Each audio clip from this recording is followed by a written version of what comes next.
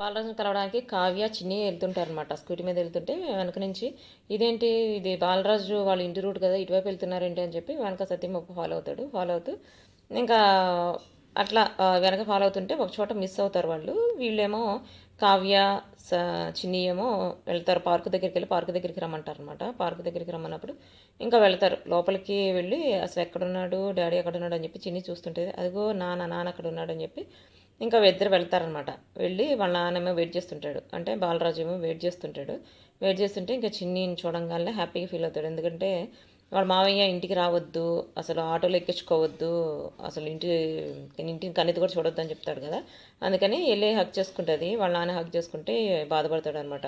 అసలు నేను చూడటానికి నేను వచ్చాను, నిన్ను రోజు ఒకసారన్నా చూడొచ్చు అని చెప్పి నేను ఆటో డ్రైవర్గా వచ్చాను, కానీ మీ మావయ్య నాకు ఆ అదృష్టం కూడా లేకుండా చేశాడు అని చెప్పి మాట్లాడుతుంటాడు.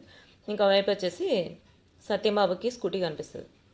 కనిపిస్తే అదేంటి స్కూటీ ఇక్కడ పార్క్ చేస్తుందంటే ఇక్కడ చుట్టుపక్కల ఎక్కడ ఉన్నారు ఇల్లు అని చెప్పి చూస్తుంటాడు. చుట్టూ చూస్తూ ఇంకా ఎక్కడైతే పార్క్ చేస్తుందో అక్కడ సత్యంబాబు బండి కూడా పెట్టేసి ఇంకెళ్ళి మొత్తం చూస్తుంటాడు, అబ్జర్వ్ చేస్తుంటాడు. అబ్జర్వ్ చేస్తుంటే ఒక చోట కనిపిస్తారు, వీళ్ళు ముగ్గురు కనిపిస్తారు. అదేంటి వీళ్ళు బాలరాజుని కలవడానికి వచ్చారా, ఎందుకు అసలు ఏం జరుగుతుంది ఇక్కడ అని చెప్పి చూస్తుంటాడు. చూసి స్టన్ అయిపోతాడు ఫస్ట్. స్టన్ అయిపోయిన తర్వాత ఇంకా చిన్ని ఏమో వాళ్ళని హక్ చేసుకుని మాట్లాడిన తర్వాత అమ్మ నీతో ఏదో మాట్లాడాలంది అని చెప్పి అని నేను దూరంగా ఉంటాను మీరు మాట్లాడుకోండి అని చెప్పి వెళ్ళిపోతుంది అనమాట.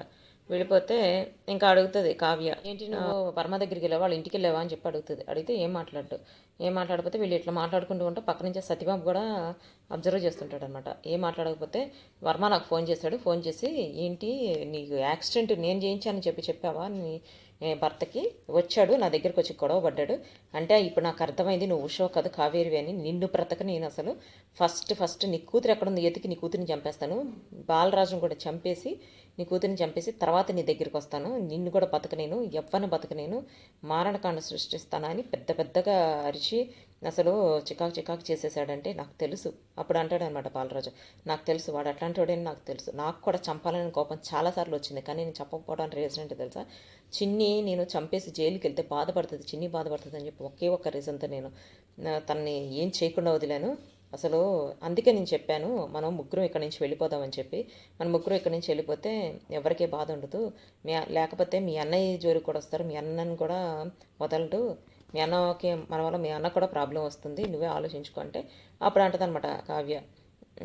కావ్య మాట్లాడుతూ ఉంటే అవి పక్క నుంచి చూస్తుంటాడు వాళ్ళ సత్యంబాబు కూడా చూస్తుంటాడు. ఏంటి అసలు ఎలా నమ్మొచ్చింది ఇంత జరిగిన తర్వాత తన వల్ల దీనికి అంటే సత్యంబాబు అనుకునేది ఏంటంటే చెల్లిని మాయం మాటలు చెప్పి మనని తీసుకెళ్ళిపోతున్నాడు, ఏదో హాని చేస్తాడు అని చెప్పి అనుకుంటుంటాడు. ఎందుకంటే నిజం తెలియదు కాబట్టి బాలరాజు గురించి, బాలరాజే రక్షిస్తున్నాడు అని చెప్పి తెలియదు కాబట్టి.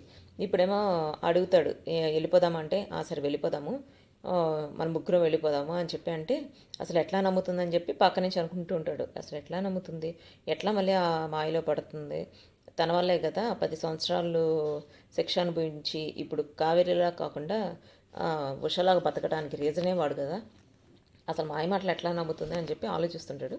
ఆలోచిస్తూ నువ్వు ఇంకా ఒప్పుకుంటుంది కదా కావేరి, అంటే కావ్య వచ్చేసి వెళ్ళిపోదాం మన ముగ్గురు వెళ్ళిపోదాం ఈ ఊరి నుంచి వెళ్ళిపోదాం అనుకునేటప్పటికి ఒప్పుకుంటుంది. ఇంకా హ్యాపీగా ఫీల్ అవుతాడు. బాలరాజు ఫీల్ అయిపోయి తన కూతురికి చెప్పాలని చెప్పి ఇంకా వెళ్తుంటాడు. పక్క నుంచి సత్యంబాబు వీళ్ళు ఎవరు చూడకూడదని చెప్పి మొత్తం వింటాడు. అంటే కూతురుని తీసుకొని వాళ్ళ చెల్లి వెళ్ళిపోదాం అనుకుంటుంది బాలరాజుతో అని చెప్పి మొత్తం వింటాడు. అసలు ఎట్లా వెళ్ళిపోదాం అనుకుంటుంది, ఎట్లా నమ్ముతుంది, ఇంత జరిగినా కూడా ఎట్లా నమ్ముతుంది అని చెప్పి బాధపడుతుంటాడు. ఇంకొక వైపు చిన్ని దగ్గర బాలరాజు ఇద్దరు వచ్చేసి ఇంకా హ్యాపీగా ఉంటే ఏం డాడీ అంత హ్యాపీగా ఉన్నావంటే మీ అమ్మని అడిగా అంటే వాళ్ళ అమ్మ అంటది ఏం లేదు నీకేం అర్థం కాదులే చెప్పినా అంటే నాకు అర్థం కాకపోయినా పర్లేదు నువ్వు అందరం కలిసి ఉంటాను కొప్పుకున్నావు, నాకు అది చాలా హ్యాపీగా ఉంది అని చెప్పి హ్యాపీ ఫీల్ అవుతుంటే ఇంకా పక్కన ఫ్రెండ్ ఉంటాడు కదా బాలరాజు ఫ్రెండ్ కూడా మనం అందరం కలిసే ఉంటాం హ్యాపీ అని చెప్పి ఇంకా ఇద్దరు కలిసి డ్యాన్స్ చేస్తుంటారు అనమాట.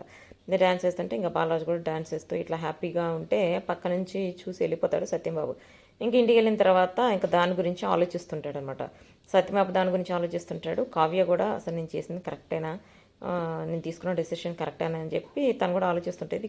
ఇక్కడేమో సత్యంబాబు అసలు ఏం జరుగుతుంది అంత ఇదిగా ఎట్లా నమ్మగలుగుతుంది అని చెప్పి గుర్తు తెచ్చుకుంటుంటాడు. వెళ్ళి మాట్లాడుతూ ఉండటం అదంతా గుర్తు తెచ్చుకుంటూ ఏమో నాకేం అర్థం కావట్లేదు, ఏం చేయాలి, ఏం అర్థం కావట్లేదు అని చెప్పి ఆలోచించుకుంటుంటాడు. ఒకవైపేమో కావ్య అసలు నేను తీసుకున్న డెసిషన్ కరెక్టేనా, ఈ డెసిషను అంటే నేను తనతో వెళ్ళిపోవాలనుకోవడం కరెక్టేనా కాదా అని చెప్పి ఆలోచిస్తుంటుంది.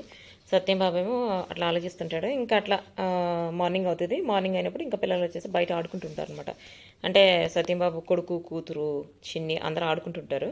ఆడుకుంటూ ఉంటే తనేమో అన్ఎక్స్పెక్టెడ్గా స్టమక్ పెయిన్ అని చెప్పి పడిపోతుంది అనమాట. బాగా అలాడిపోతుంటుంది, నాకు స్టమక్ పెయిన్ వస్తుందని అలాడిపోతుంటే అప్పుడు కావ్య వస్తుంది. కావ్య వాళ్ళ అత్తయ్య వస్తారు. వచ్చి హాస్పిటల్ తీసుకెళ్దామని చెప్పి కావ్య అంటే ఏం అవసరం లేదు, మనకు గుడ్ న్యూస్ అని చెప్పి అన్నట్టు చెప్తుంది. అంటే తను మెచ్యూర్ అయింది అని చెప్తుంది. చెప్తే అవునా అని చెప్పి చాలా హ్యాపీ ఫీల్ అవుతుంటే, అదేంటి నాకు స్టమక్ పెయిన్ వస్తుంటే మీరు హ్యాపీ ఫీల్ అవుతున్నారు ఏంటి అని చెప్పి అంటా ఉంటుంది. అంటా ఉంటే ఇంకా వాళ్ళ అత్తయ్య కావ్య ఏమో నవ్వుకుంటుంటారు అనమాట.